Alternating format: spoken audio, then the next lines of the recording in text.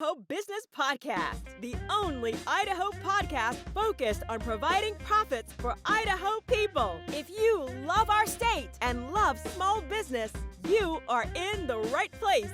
We interview local legends, learn business, and have way too much fun doing it. You're listening to the Idaho Business Podcast with your friend, host, and all-around great guy and owner of New Clean Commercial Cleaning, Spencer Ward.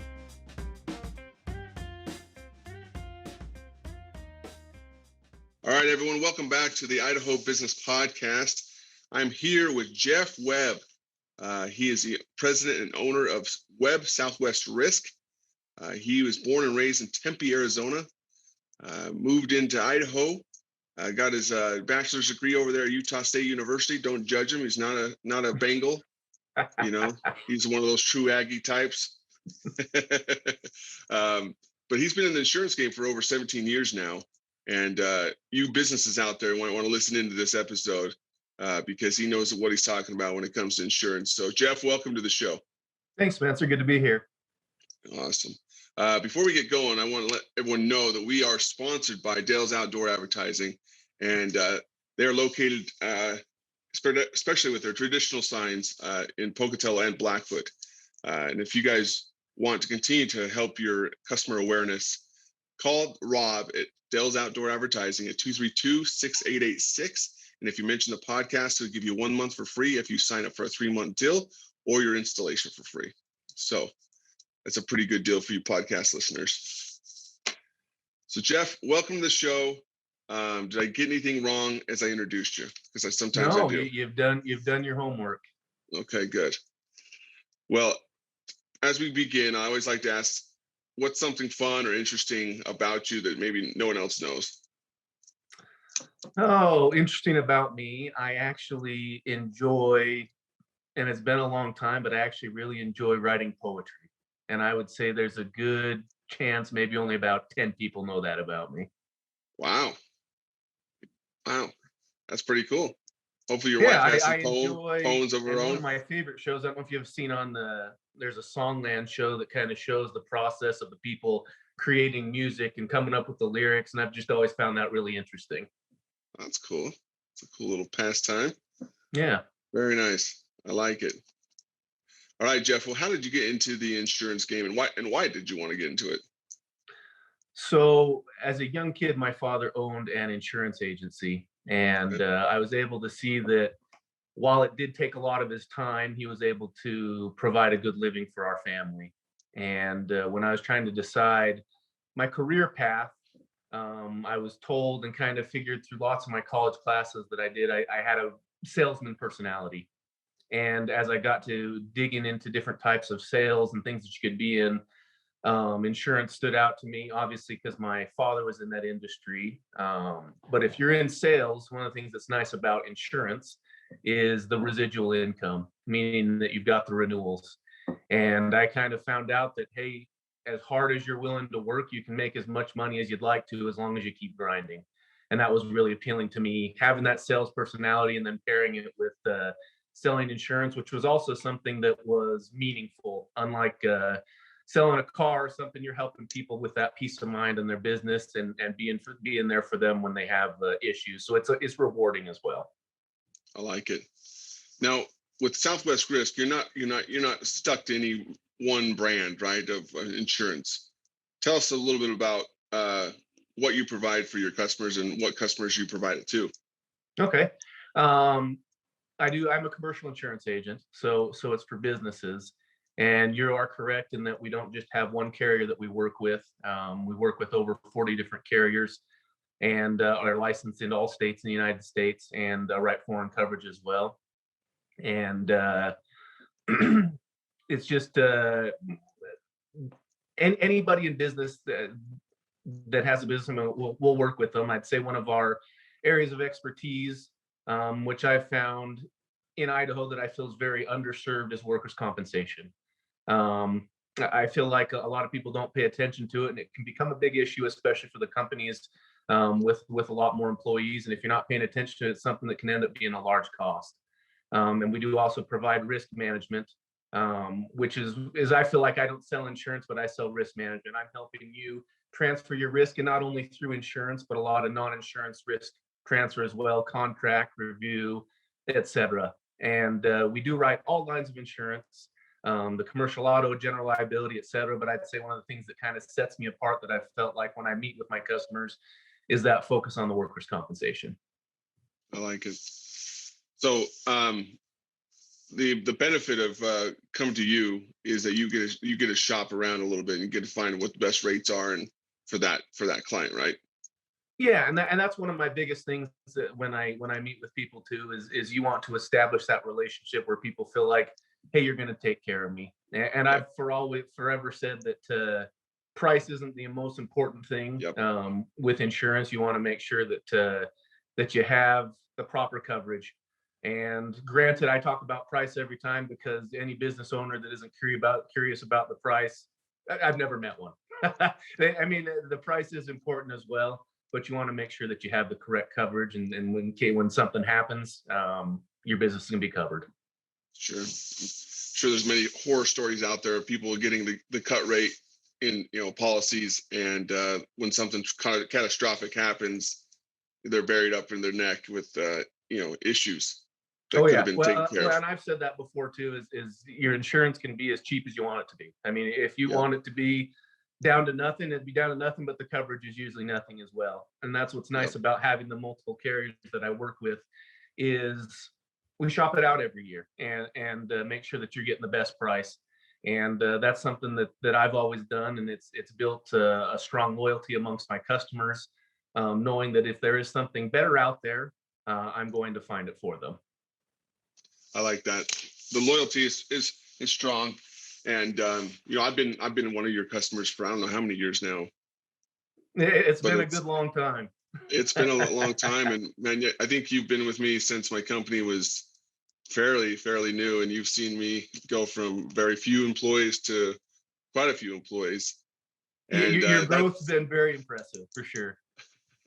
But no, I love that loyalty thing because it's true, because I know, I don't have to think about this. You send me an email last week saying, hey, renewal's coming up. I know you're going to take care of me. And that's the kind of thing you need on your side as a business owner. You need people who are going to watch your back. Right. And, and a big part of that, like you said, too, is not having to worry about those things. I mean, that's right. Most business owners don't have time to sit down and go through the insurance and understand what they've got. And I always like to make sure not only that I'm getting you best price, but that you know what you've got as well. Because a lot of times I'll meet owners that they don't even know what they have. And it's important for you to know what you have and exactly what you're paying for. It makes you feel a little more comfortable about what you're paying for and the comfort that your business is going to be all right. Yeah, I fully believe that. And one of the biggest things I've said this to you in even in private, but the main thing that that impressed me in the very beginning is when we were going over what I had before I was switching to you. You helped me understand there were some risks that I was opened up to, and you explained it in a way that was in a caring way, and not like, hey, I'm just trying to make this sell, but it's like, hey, you're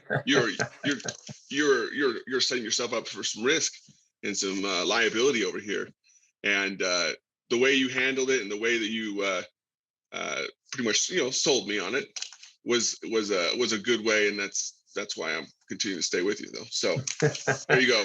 well, I appreciate. There's my little shameless plug for you.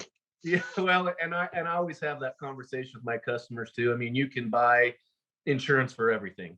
And there comes a limit where, hey, we discuss what this is, and you kind of say, okay, on the fine arts in my office, I'll take my chances on that, right? Yeah. I mean, so you can buy insurance for all those things. It's my job to let you know that it exists and what those costs might be, and then you can kind of determine, okay, yes, we'll have that, or no, we won't. But it's important that all business owners know what their risks are, and those risks that they don't insure that they're assuming on their own. Yep, I like it.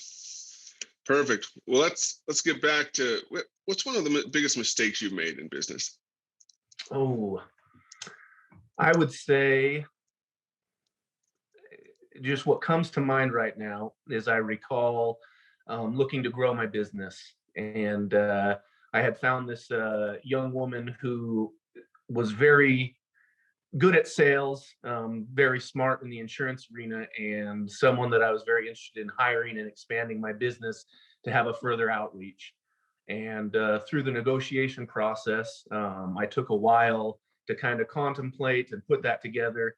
And she ended up going a different direction, merely for the fact that I kind of took too long to come with the offer. And I'd say that's one of my bigger mistakes. I know she's been very successful. I knew she would be, and I guess lesson learned from that: when you have a gut feeling on someone, take that chance and snag them up before someone else does. I like it. Kind of goes back to what the episode before this. We were talking about, with Jeff Duffin, we were talking about surrounding yourself with good people, and it's so true. And especially in my situation, I have to definitely hire smarter people than myself, because I'm not real smart. So I have to do that to keep things running. So yeah, that's right. And if you can get people better than you are, your business is just going to grow. And I've been fortunate enough to have, I mean, this is another thing, is excellent business partners. In surrounding yourself with good people, I've had scenarios where I've picked the wrong people before, and the business partners that I have currently right now, home offices in Mesa, Arizona, and I have excellent partners that have just been excellent the whole time that we've been together to work with. Perfect. So the lessons you've learned from that mistake, I'm guessing you don't drag your feet anymore when it comes to when you find the right person. I don't, man. Sometimes you just got to trust your gut. That's right. Perfect. What's one of the biggest frustrations you have in your business? I would say in coming to Idaho, not that Arizona is the opposite, but in coming to Idaho, people are very loyal here.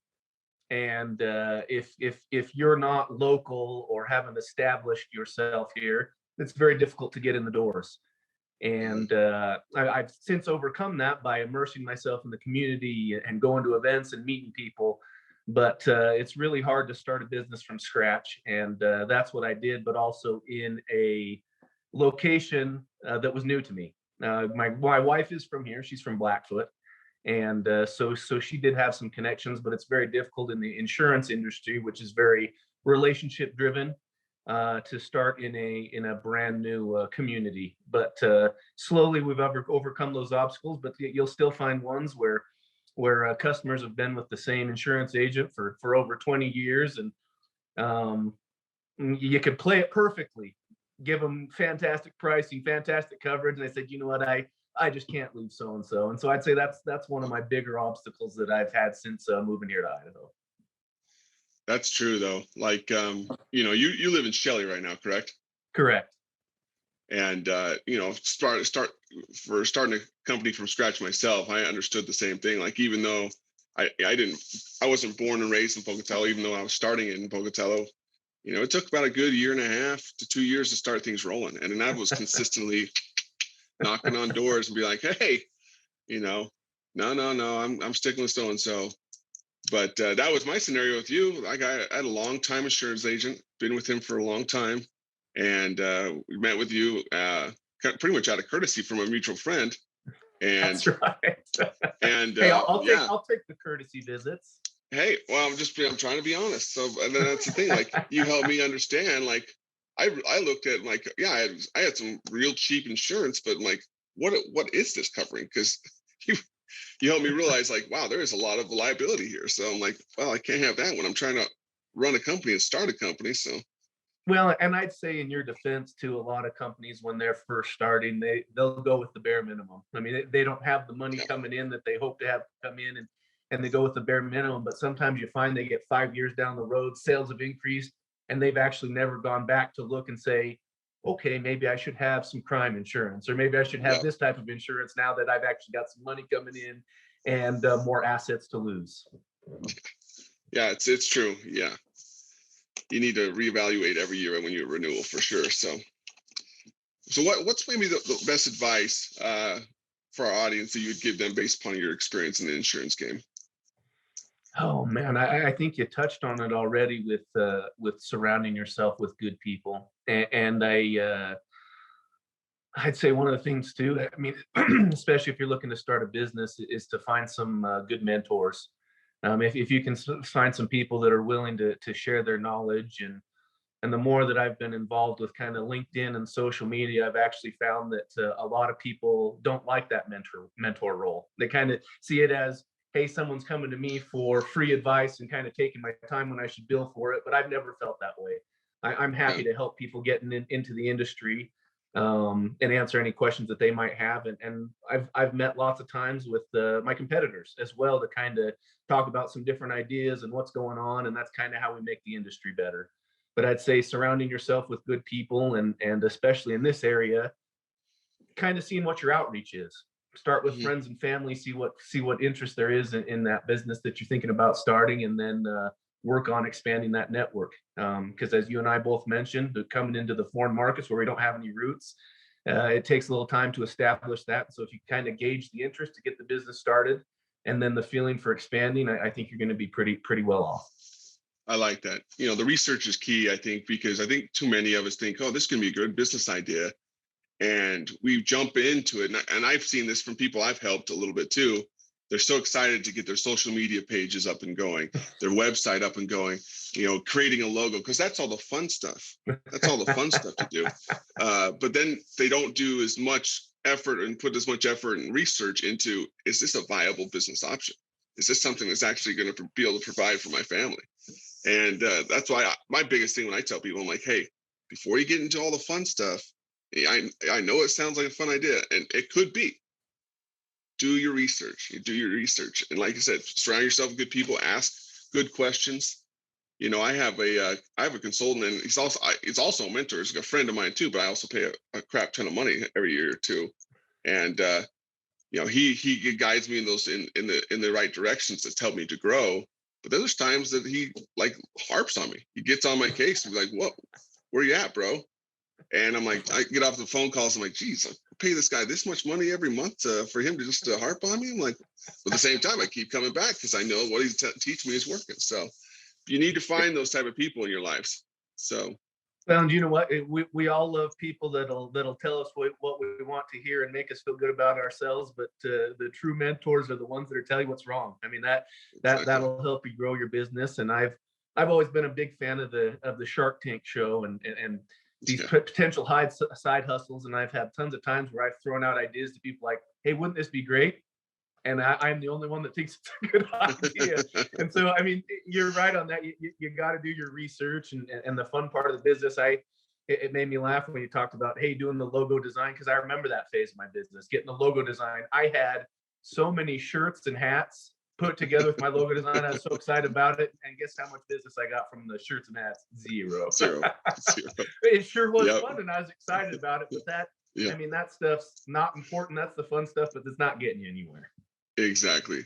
I've got New Clean hats all over this state. And people like them. They look good. But for the most part, it's not like I've had a potential customer call me like, hey, I saw so-and-so with this awesome NU hat. I want to do business with you now. So it's not like that, guys. So. Well, it's funny. I've always had people tell me, hey, you need to get your business in the parade. And I tell them, I said, you know what? I don't know anybody that's looked at a sign going on some old wagon in a parade and says, hey, I need that guy to quote my insurance for my business. It's funny. I will say this, though, for all those companies out there that are doing the promotional products and stuff like that, I'm still buying those things. I still think that they have their place with product awareness and that kind of stuff. And I still do some parades, but it's not because of, I think this is a viable option for me to get more clientele. It's just to support the community and have fun, so. Absolutely. Perfect. All right, well, let's move into the lightning round here. We got a few more questions left, and we'll be on our way here. So, but the lightning round is also sponsored by Sensations Tanning and Massage, the spa that just keeps going with all the amenities they have to offer. They're located in Pocatello next to Gold's Gym. And I know we'll have some offers coming up here soon. But if you give them a call, you're going to get some sweet service. So you can call them at 208-237-7866 and tell them I sent you. So again, like I said, here in the next few episodes, you're going to see some good deals coming our way for Sensations. So Jeff, is there a book or tools or slash software that you've used in the last year or recently that you've just felt like it's set you apart or has helped you in a certain way? Oh, I'm not a huge reader. I'm more of a news and article reader. But we recently took a family trip down to Mexico. That's a good 18 hours one way, and I got a book on tape from lots of colleagues recommending it. Has Never Split the Difference, and it's a book written by a former FBI high stakes negotiator, and it has a lot of business and personal applications. So I'm coming towards the end of that, but I'd say if there's a book right now that's been influential and kind of given me some guidance on sales and negotiating, I would say that's been an excellent book. I would say a good read, but it's been a good listen is what I've been doing. Yeah, that's it. I've listened to the same one on Audible, and it was a good one. So I also recommend that one. So perfect. Okay, what's one of the biggest myths people need to know about maybe just business ownership that they need to know the truth about? Oh man, I would say that success comes quick. I think a lot of people expect that when they start the business that they've got a business plan and it will follow that plan. But without any doubt, there'll be roadblocks that come, whether it be personally within the business. I mean, you have a lot of these businesses that start and then you have COVID. I mean, those are things that you can't anticipate. And so I'd say as a business owner, you got to understand that it's a grind and it's a long-term play, not the short gratification. If you know that it's a long-term play and slow growth, I mean, there's some of those that have that quick growth. But if you can slowly grow your business and get through those hard times, you're going to be successful. I like that. That's too many people think that it's just going to be overnight success, and people from the outside looking in think, oh wow, this guy's got it made. Look how he owns his own business and he can do whatever he wants. But they don't see the decade of blood, sweat, and literal tears that it took you to get to that point. Thinking, they don't see those times when you're thinking, oh man, am I going to be able to support my family? Am I going to be able to make this work? Everyone in business ownership have those thoughts, and especially in the early stages. So, and even now, like you said, with COVID, that's something that's, it's real, and people need to understand that, business ownership is great and it's rewarding, but at the same time, like it's not this land of butterflies and rainbows that people from the outside looking into make it out to be sometimes. So. Well, and if I could add to that as well, a lot of people don't understand that a business owner's goal is growth.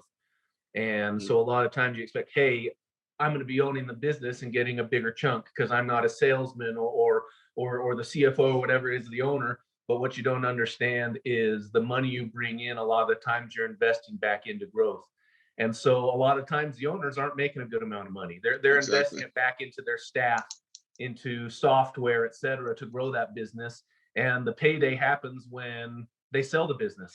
and a lot of times, and most times, that's way down the road. And so, like I said, again, it's a long-term play. That's right. And there's times that your wife is saying, hey, we need to get paid one of these days. So let's make that happen. Yeah. Hey, my car's getting a little old, right? So, yeah, I like that. So perfect. What's one question I should have asked that I didn't? I would think just the relationship that you and I have and going out for food. You didn't ask me anything about restaurants or food. So I think we got to at least touch on that, right? Okay, let's do it. I like it. That's my main thing. So you and I, we like to go eat, and it shows on me. Sometimes it shows on you about half the time. You usually hit these diets, get skinny, and then sometimes come back with me. Oh man, it's tough. But I do love food, and I'd say one of the places that I love, and it's just the small Mexican restaurant there in Pocatello that you took me to one time, is that Tres Hermanos. There you go. Love a good breakfast burrito over there, and anyone that comes out my way, I don't know if it's a super well-known restaurant, but I love Mackenzie River over here. Like it's kind of the Shelley, Idaho Falls border area, and they've got which sounds weird because I would never order meatloaf, but they've got a bacon wrapped meatloaf with fresh veggies. It is absolutely delicious. I like it. And you made me hungry, even though it's only morning time. So hey, we couldn't have a podcast, you and me, and not talk about at least some food, right? I like it. I like it. My wife's gonna hear this and be like, "Gosh, dang it! You're supposed to be on this kind of diet over here, and you're gonna blow it now." So, anyways, so Jeff, if people want to reach out to you for, because of course this is just commercial insurance, you don't really do personal lines or anything like that. What's the best way to get a hold of you? The best way to be, give me a call. My cell phone's 208-921-8469. And just happy to chat with anybody about their business if they're just kind of curious. I know I touched on the workers' compensation and risk management, and you talked about discovering potential risks that you have as a business owner. And I'm happy to sit down and have those conversations and maybe help discover what might be missing, or where you could afford to maybe cover yourself a little better. I like it. Well, thank you, Jeff. Appreciate being on the show, and hopefully we'll have you on the show again later. Talk more insurance that was information. A good time. I appreciate it. Yeah. And to all you guys listening, remember to keep sharing these episodes, subscribe, give me a nice rating or review. Even if you say, hey, this guy's a freaking goofball, just give me something nice here and there. It's just nice. And just keep listening, and we appreciate your viewership and your support. So until next time, have a good one, and we'll see you later. Congratulations on spending a couple of minutes getting a little bit smarter, having some fun, and supporting the Idaho business community. If you're feeling the love, make sure to subscribe, rate, and review on iTunes, Stitcher, or wherever you are.